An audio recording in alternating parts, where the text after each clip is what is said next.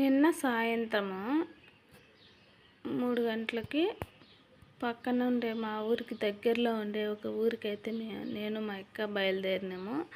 ఎందుకు అంటే పిఎం విశ్వకర్మ దానికి అప్లై చేసే కోసం అని పోతిమి. మా ఊర్లో అయితే మీ సేవ ఉంది కానీ వాళ్ళైతే చేయను అని చెప్పారు.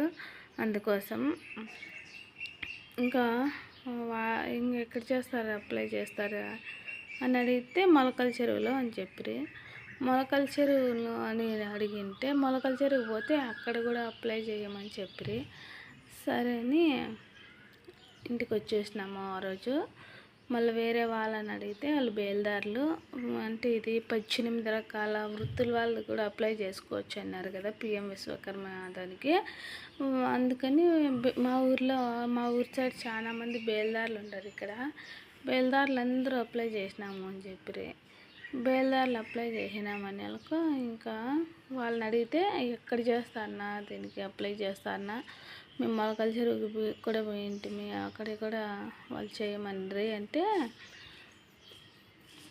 అయితే మేమైతే ఈ ఊర్లో పలానా ఊర్లోనే అప్లై చేసిరు వాళ్ళు అంటే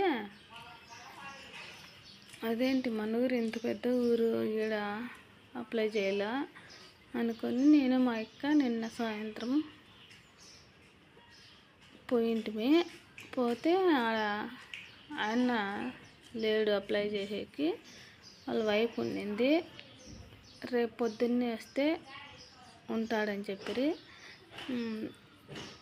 సరే అని ఇంకా ఏమేమి కావాలో దానికి అప్లై చేసేకి అని అడిగితే Aadhaar card, ration card, bank ఇంకా ఎంతో చెప్పి మళ్ళా పాన్ కార్డు అట్లాంటివి అంతా ఏం అవసరం లేదు.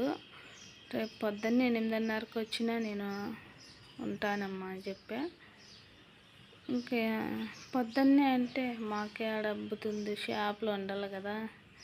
మళ్ళీ సాయంత్రం నెంబర్ ఇచ్చినాడు, సాయంత్రం బయలుదేరుతాం. సాయంత్రం పోతే ఇంకా షాప్ వర్క్ కంప్లీట్ అవుతుంది కదా.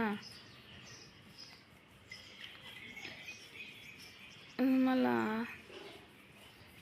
టెన్షన్ ఉండదు, బ్లౌజులు ఇచ్చేసేస్తే కొంతమంది కుట్టాల్సిన వాళ్ళవి కుట్టేసి కొంచెం టైం సేవ్ చేసుకొని పోతే మనకు టెన్షన్గా లేకుండా ఉండొచ్చు కదా అని పొద్దున్నే షాప్కి అయితే పోతా.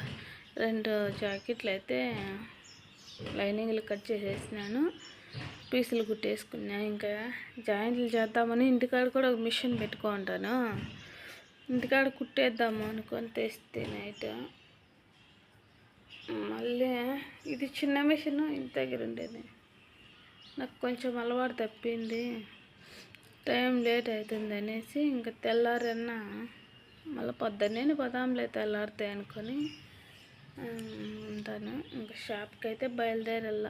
ఈ వీడియో అయితే ఎడిట్ చేసేసి అప్లోడ్ చేసేస్తే కొంచెం పని అయిపోయినట్లు ఉంటుంది కదా అని ఇంకా వచ్చేదారిలో మా ఊరు కూడా మీతో చూపిద్దామని. ఇదే మా ఊరు. మా ఊరికైతే వచ్చేసినాను పక్కన ఊరు నుండి. మా ఊరు ఇంత బస్ స్టాండ్, మా ఊరు కూడా బాగా ఇంప్రూవ్ అయింది. ముందైతే హై స్కూల్ లాస్ట్ ఉంటే ఇప్పుడు ఇండ్లు బాగా కట్టే